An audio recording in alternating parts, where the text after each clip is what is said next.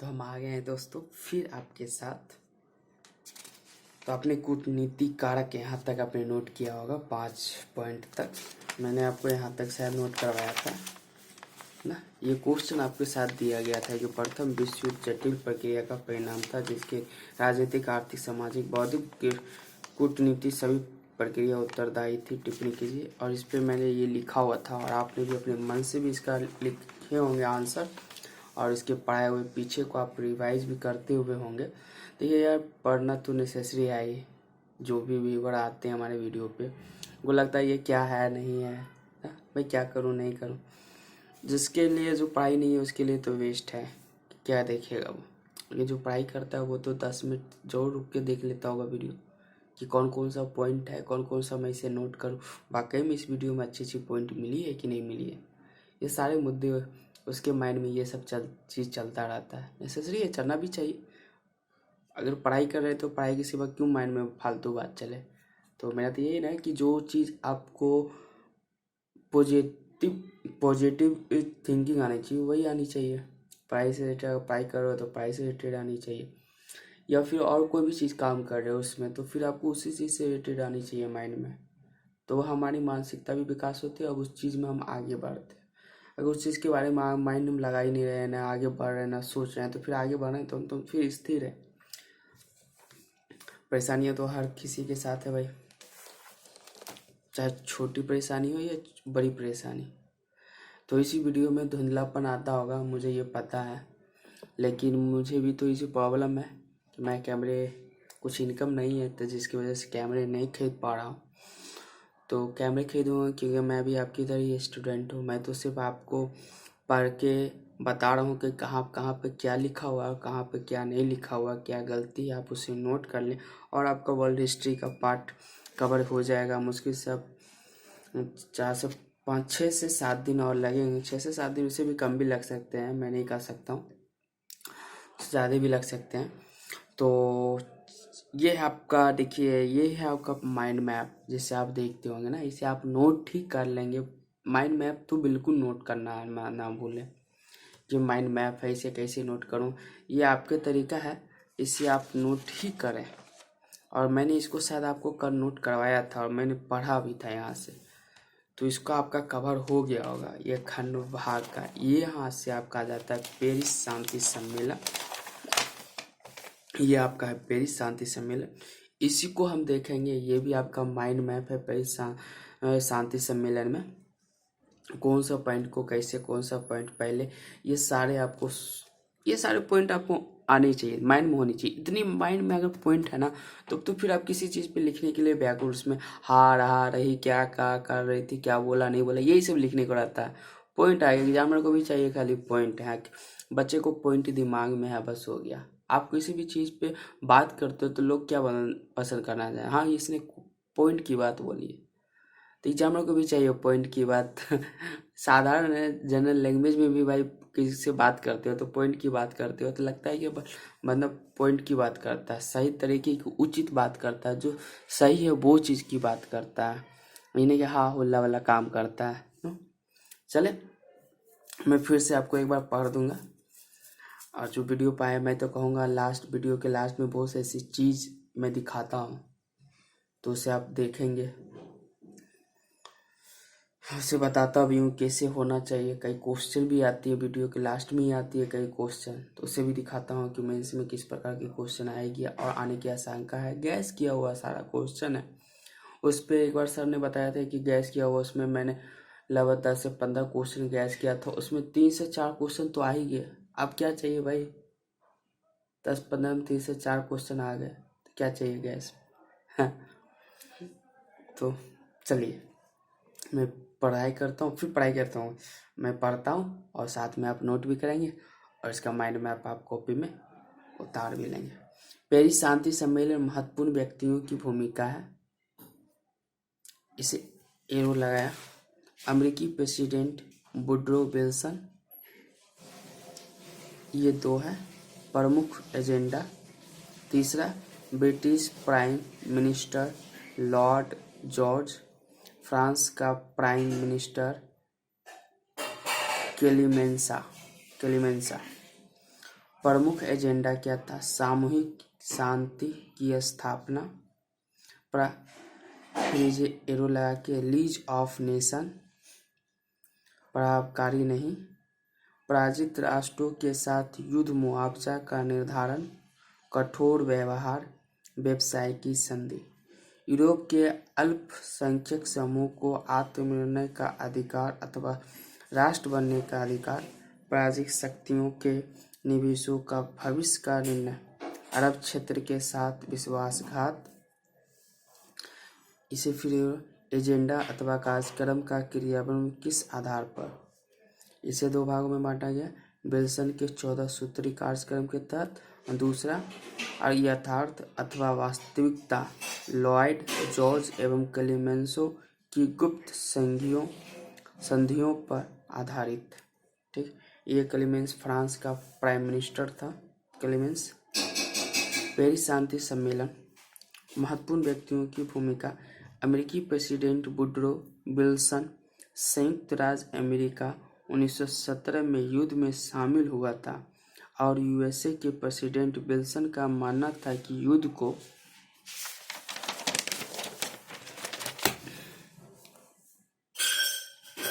अस्थायी रूप से समाप्त करने वाला युद्ध है। फिर पेरिस शांति सम्मेलन का भविष्य निर्धारण बनकर आए। Point number 2, British prime minister Lord George. 3, France के प्राइम मिनिस्टर क्लेमेंसो। यहाँ पे स्टार लगा के लिखेंगे। एजेंडा एवं क्रियान्वयन का आधार क्या था?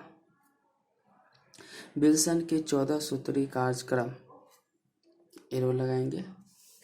इस शांति सम्मेलन की घोषित नीति थी विल्सन के 14 सूत्री कार्यक्रम के आधार पर यूरोप में परिवर्तन लाना।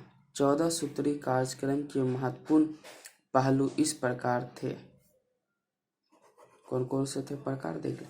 यथार्थ, यूरोप में अल्पसंख्यक समूह को आत्मनिर्णय एवं राष्ट्र बनाने का अधिकार देना, विजेता और पराजित राष्ट्रों के बीच न्याय करना, खुले समुद्र की नीति को लागू करना तथा सोवियत रूस को उसका भूभाग लौटा देना।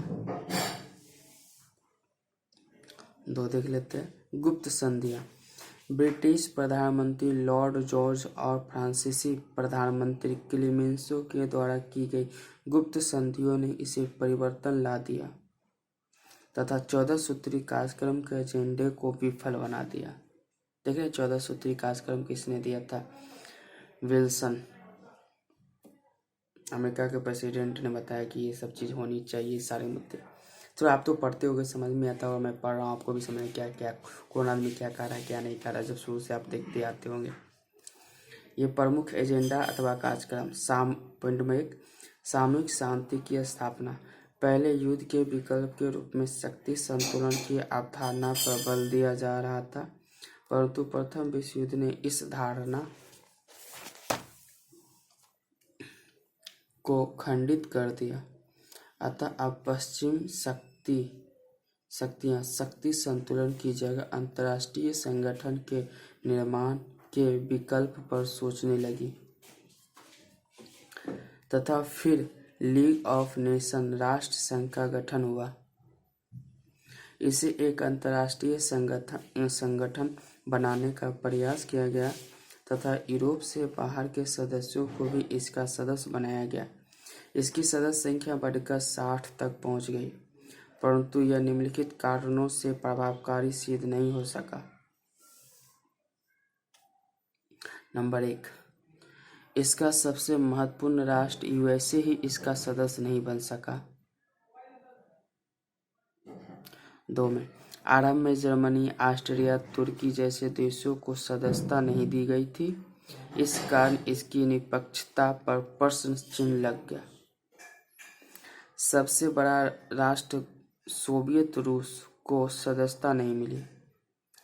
इसमें सभी निर्णय अनुच्छेद 5 के आधार पर सर्वसम्मति से लिया जाना था।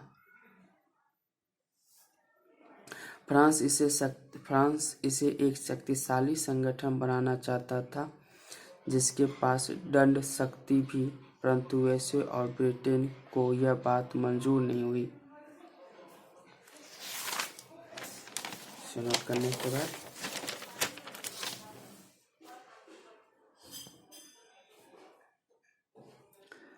फिर यहाँ पराजित राष्ट्रों के साथ युद्ध मुआवजा का निर्धारण।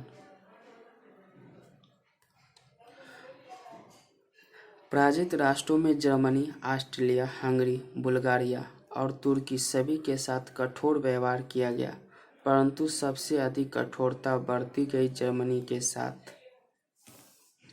व्यवसाय की संधि 1919 में देखिए भारत में जालियांवाला बाग कांड होती है।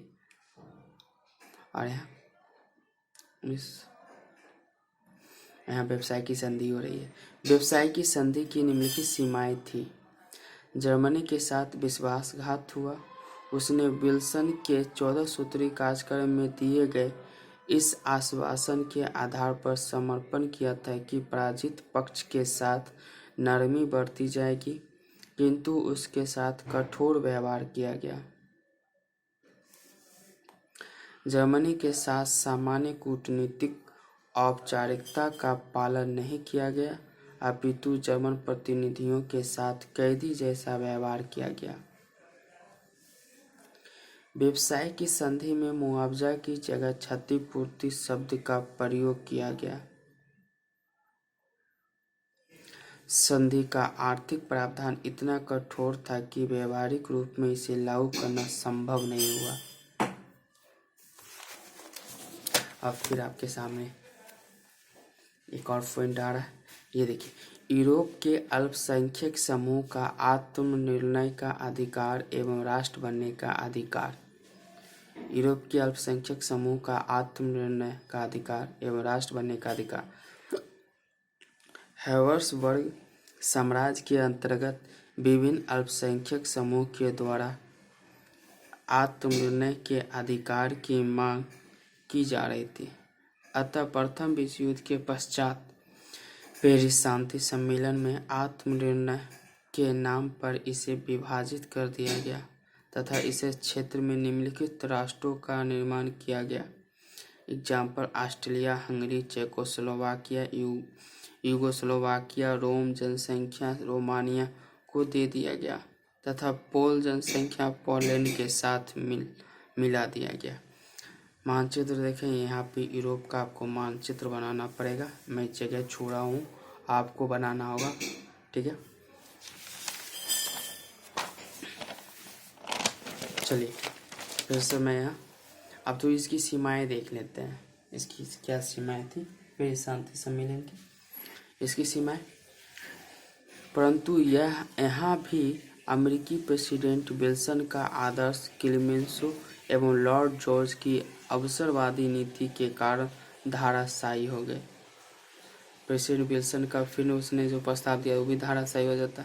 जर्मन के पड़ोस में ये नव स्थापित राष्ट्र शक्ति बने रहे, इसलिए एक नस्लीय समूह के साथ दूसरे नस्लीय समूह को मिला दिया गया ताकि वह भविष्य में जर्मनी का सामना कर सके।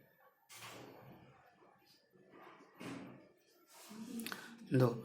जर्मनी को यह भी छोटा करने का प्रयत्न किया गया और इस क्रम में जर्मन जनसंख्या को काटकर पड़ोसी राष्ट्र में मिला दिया गया। उदाहरण के लिए जर्मनी से सुडेटेनलैंड का क्षेत्र छीनकर चेकोस्लोवाकिया को दे दिया गया। सुडेटेनलैंड का क्षेत्र छीनकर चेकोस्लोवाकिया को दे दिया गया। पराजित शक्तियों के उपनिवेश का निर्णय। वैसे तो अन्य उपनिवेश के अन्याय हुआ, परंतु इसमें सबसे दुखद सपना है अरब क्षेत्र के साथ विश्वासघात, जिस कारण अरब क्षेत्र एवं पश्चिमी एशिया में प्रथम विश्व युद्ध 100 वर्षों का युद्ध हुआ। 3 परस्पर विरोधी संधियों ने अरब क्षेत्र के राजनीति को जटिल बना दिया गया। हुसैन महान समझौता 1915 लिखेंगे। इसके तहत ब्रिटेन के मक्का के ग्रांड शरीफ हुसैन को उकसाया कि तुर्की के विरुद्ध विद्रोह करें तथा ब्रिटिश सेना की सहायता से हुसैन तथा उसका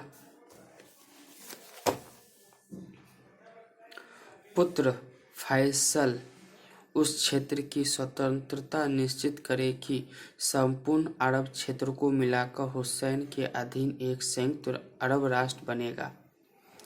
पॉइंट नंबर 2, साइकस पिकोट समझौता 1915। साइकस पिकोट समझौता 1915 ब्रिटेन और फ्रांस ने गुप्त संधि कर ली, जिसके तहत यह निर्णय लिया गया कि दोनों मिलकर इस क्षेत्र को विभाजित कर लेंगे।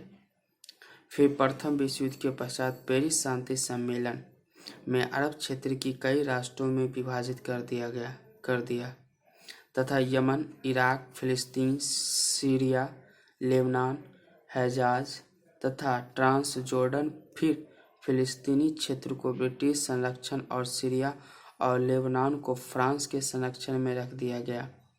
हिजाज का शासक हुसैन को बनाया गया, परंतु वह व्यवहार में ब्रिटिश के अधीन था। इराक का शासक फैसल बना, परंतु उस पर भी ब्रिटेन अपना वर्चस्व बनाए रखा। देख रहे हो ना, ब्रिटेन और फ्रांस की राजनीति। बाल्फोर घोषणा 1917 बाल्फोर घोषणा 1917। इस घोषणा के आधार पर फिलिस्तीनी क्षेत्र में यहूदी राष्ट्र का आधार तैयार कर दिया गया तथा अंत में यूएनओ ने इस क्षेत्र को फिलिस्तीनी और इजराइल 2 क्षेत्रों में बांट दिया। यह आगे अशांति का कारण बना।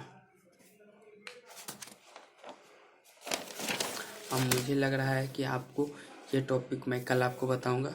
पूंजीवाद का प्रथम संकट, समाजवाद की प्रगति, रूस की बोल्शेविक क्रांति, ये सारे टॉपिक आपको मैं कल लिखवाऊंगा और कल ही बताऊंगा। और कल भी, क्योंकि वीडियो को काफ़ी लंबा चौड़ा मैं करना नहीं चाहता हूँ, ये शायद इसी के अंदर ये तो इसी के हमें हिल जाती है, तो इसी के साथ एक ये शायद है, ये क्या है मैं एक चीज़ देख लेता हूँ। तो एक इसी का लेसन 7, अच्छा, गृह युद्ध, अमेरिकी गृह युद्ध का एक जो क्वेश्चन था मैंने आपको दिया था वहाँ से आपको लिखने के लिए, तो वहाँ उसका अगर आप आंसर लिखना चाहते हैं तो मैं लिखा हूँ, देखो। अमेरिकी गृह युद्ध का क्वेश्चन है, किसी भी दर्शनात्मक घटना की तो संरचनात्मक प्रभाव हो सकता है। इसका ज्वलन उदाहरण है इस अमेरिकी गृह युद्ध, अर्थात अगर अमेरिकी क्रांति संयुक्त राज्य अमेरिका को एक स्वतंत्र राष्ट्र बना तो अमेरिकी गृह युद्ध ने उसे स्वस्थ एवं शक्तिशाली राष्ट्र के रूप में स्थापित किया। अमेरिकी गृह युद्ध स्वस्थ और शक्तिशाली, इस प्रकार से मैंने आंसर लिखा हूँ इसका। देखिए, इसका आंसर लिखिए आप अच्छे से तरीके से लिखेंगे, मैं आपको कहूँगा, मैं आपका पूरा सपोर्ट करूँगा पूरी तरीके से, अच्छे से, कहीं भी कोई दिक्कत नहीं होगा। मैं कहीं भी कर चुका हूँ, कई क्वेश्चन आपको भी इसमें मिले होंगे, नहीं दिया गया, मैं कल आपको एक क्वेश्चन दूंगा लिखने के लिए, आप उस पर क्वेश्चन लिखेंगे। तो चलें, अब हम फिर बाद में मिलेंगे आपसे, और हमारी वीडियो को लाइक, सब्सक्राइब और शेयर करना बिल्कुल ना भूलेंगे। मैं वीडियो के लास्ट में और वीडियो के शुरू में भी बोलता हूँ भाई, ठीक है। हम आप लोग सब भाई भाई हैं, एक साथ पढ़ेंगे। एक सोच रहे हैं हम लोग कि एक ग्रुप बनाएं, आपका साथ रहेगा तो एक ग्रुप बनाएं और उसमें स्टडी करते हैं, सिर्फ आईएएस और पीसीएस के लेवल पे। तो जिनको ये भी वीडियो अच्छा लगेगा वो कांटेक्ट कर सकते हैं हमारे कमेंट में, मैं ग्रुप बनाना चाहता हूँ।